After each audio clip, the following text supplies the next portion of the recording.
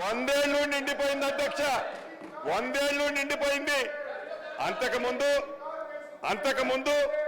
ఇందిరమ్మ రాజ్యంలో చేసిన చట్టం 1971 చట్టం ఏదైతే ఉందో 49 సంవత్సరాలు ప్రజలలో ఉంది అధ్యక్ష. 100 ఏళ్ళు ఉండాల్సిన చట్టం కేవలం స్వార్థపూరితంగా వారి స్వార్థం కోసం తయారు చేసిన చట్టం 3 సంవత్సరాలకే 100 ఏళ్ళు నిండటం చాలా బాధాకరం అధ్యక్ష. ఈ రోజు కూడా అనుకున్నాను, గౌరవ సభ్యులు హరీష్ రావు గారు ఈ చట్టం గురించి పబ్లిక్ డొమైన్ లో పెట్టినప్పుడు, అనేక ప్లాట్ఫామ్లలో డిస్కస్ చేసినప్పుడు సుమారు 7 పేజీలకు సంబంధించిన అంశాలు అనుభవజ్ఞులని చెప్పుకునే హరీష్ రావు గారు కూడా సూచనలు ఇచ్చారు అధ్యక్ష. నిన్న ఈ బిల్లుని అసెంబ్లీలో ప్రవేశపెట్టిన తర్వాత కూడా హరీష్ రావు గారు అనేక సూచనలు ఇవ్వడం జరిగింది అధ్యక్ష. అంటే ఇప్పటికీ ప్రధాన ప్రతిపక్ష పాత్ర పోషించిన ప్రధాన ప్రతిపక్ష నాయకుడు ఆ సీట్లో కూర్చొని, నేను మొదటిసారి శాసనసభ్యుని అధ్యక్ష, నేను 2014 నుంచి 2019 దాకా పార్లమెంటు సభ్యుడిగా ఉన్నాను అధ్యక్ష. తర్వాత వారి సొంత పార్టీ, వారి జాగీరి పార్టీలో ఉన్న నాకు టికెట్ ఇవ్వలేదు అధ్యక్ష. వారి పార్టీ కాబట్టి వారి ఇష్టం అధ్యక్ష. ప్రజల దీవెనలతో, ప్రజల ఆశీస్సులతో ఈనాడు ఇందిరమ్మ రాజ్యంలో ప్రజల దయతో, మా నాయకుడు రాహుల్ గాంధీ గారి దయతో ఈనాడు ఈ స్థానంలో ఉండి ఒక మంచి చట్టం, దేశానికి ఒక రోల్ మోడల్ అయిన ఈ భూభారత చట్టాన్ని సభలో ప్రవేశపెట్టినప్పుడు ఆ మాజీ ముఖ్యమంత్రి వర్యులు ఆ సీట్లో కూర్చొని ఆ 80,000 పుస్తకాలు చదివిన జ్ఞానాన్ని, అనుభవాన్ని నాకు చెబుతారేమో, దాని సూచనలు ఇస్తారేమో. ఆ సూచనలు అన్నిటినీ తప్పకుండా మంచి ఉంటే ఈ చట్టంలో పెట్టాలని ఆశపడ్డాను అధ్యక్ష.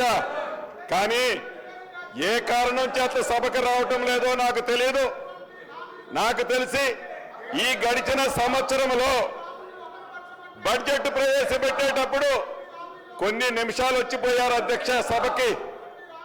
ఎప్పుడైనా సభలు జరిగేటప్పుడు సభలో ప్రతి నియోజకవర్గానికి సంబంధించిన శాసనసభ్యులు ఎందుకు మాట్లాడతారంటే, ఆ నియోజకవర్గానికి సంబంధించిన అనేక అంశాలు ప్రజల దృష్టికి శాసనసభలో నేను తీసుకొచ్చానని చెప్పడానికి, ప్రజల పక్షాన పోరాటం చేయటం కోసం, ఆ సమస్యలు పరిష్కరించుకోవటం అసెంబ్లీలో ప్రవేశపెడతారు అధ్యక్ష. కానీ ఆ ప్రధాన ప్రతిపక్ష నాయకుడు మాజీ ముఖ్యమంత్రి వర్యులు కానీ అసెంబ్లీలోకి రారు. కనీసం ఈరోజు ఉదయం ఒక ఇన్సిడెంట్ జరిగింది అధ్యక్ష. పొద్దున్నే బార్బర్ ఇంటికి వచ్చారు. బార్బర్ ఇంటికి వచ్చి 1 గంట ప్రశాంతంగా నా కటింగ్ ఇతరత్ర చేసే సందర్భంలో ఆ నంద్ అనే అతను చెప్పాడు, సార్ ఈ రోజైనా ప్రధాన ప్రతిపక్ష నాయకులు సభకు వస్తారా? మీరేదైతే అమూల్యమైన బిల్లు, భూభారత బిల్లు పెడుతున్నారో ఆ బిల్లులో ఆ నాయకులు ఏమన్నా మంచి సూచనలు ఇస్తారా అని బార్బర్ నన్ను అడగటం జరిగింది అధ్యక్ష.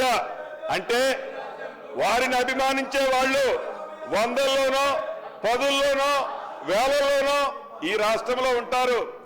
ఈ రాష్ట్రానికి ప్రధాన ప్రతిపక్ష నాయకుడిగా ఉన్న ఆనాటి ముఖ్యమంత్రి గారు సభకు రాకపోవటం సభను అవమానించినట్లా, లేకుంటే తెలంగాణ ప్రజలను అవమానించినట్లా? ఈ దౌర్భాగ్యమైన పరిస్థితి ఏందో ఒక్కసారి మీరు ఆలోచించాలి అని యావత్ రాష్ట్ర తెలంగాణ ప్రజలను కోరుకుంటున్నాను అధ్యక్ష. అంతేకాదు అధ్యక్ష, ధరణితో నష్టపోయి ఇబ్బందులు పడుతున్న సామాన్య ప్రజలకి ఒక వరముల ఇందిరమ్మ రాజ్యంలో ఈ భూభారత బిల్లుని ప్రవేశపెడుతుంటే, ఒక దొర కోసం, ఒక దొర మీద వారు చేసిన తప్పుల్ని విచారించే దాంట్లో భాగంగా కేసులు పెడితే ఆ కేసుల గురించి ఇక్కడ చర్చించాలని పట్టుబట్టడం చాలా దురదృష్టకరం అధ్యక్ష, దురదృష్టకరం అధ్యక్ష. అదేమన్నా జాతీయాన్ని దేశానికి సంబంధించిన అంశమా, రాష్ట్రానికి సంబంధించిన అంశమా, చివరికి ఒక నియోజకవర్గానికి సంబంధించిన అంశమా ఈ సభలో చర్చించాల్సినంత అవసరం ఉందా అని మీ ద్వారా ఆ సభ్యులను ప్రశ్నిస్తున్నాను అధ్యక్ష. చివరగా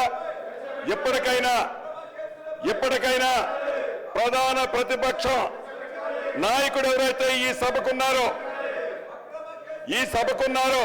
యావత్ తెలంగాణ ప్రజలు ఎదురు చూస్తున్నారు.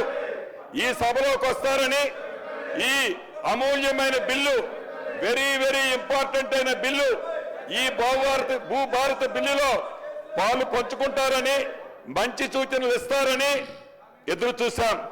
దురదృష్టకరం, వారు ఇక్కడికి రాకపోవటం దురదృష్టకరం. ఉన్నవాళ్ళు ఈ రకంగా గొడవలు చేయటం బాధాకరం అధ్యక్ష. చివరిగా నేను ఒకటే చెప్తున్నాను, 2 సార్లు కర్రు కాల్చి ఈ తెలంగాణ ప్రజలు మీకు బుద్ధి చెబితే ఇంకా ఇంగిత జ్ఞానము లేకుండా, ఆలోచన లేకుండా, చేసిన తప్పులు సరిదిద్దుకోకుండా మంచి చట్టాలు తెస్తుంటే మద్దతు తెలపకుండా వక్ర బుద్ధితో కుక్క తోకరు వంకరగా ఇంకా పాత తరహాలోనే ఏవైతే మీరు ఈ కార్యక్రమాలు చేస్తున్నారో తెలంగాణ ప్రజలు హర్షించరు. అందుట్లో ముఖ్యంగా ఇందిరమ్మ రాజ్యంలోని ఈ ప్రజలు ఎట్టి పరిస్థితుల్లో మీ ఈ చిల్లర వేషాలు క్షమించరు అని ఈ వేదిక ద్వారా తమకు తెలుపుతూ నేను ముగిస్తున్నాను అధ్యక్ష.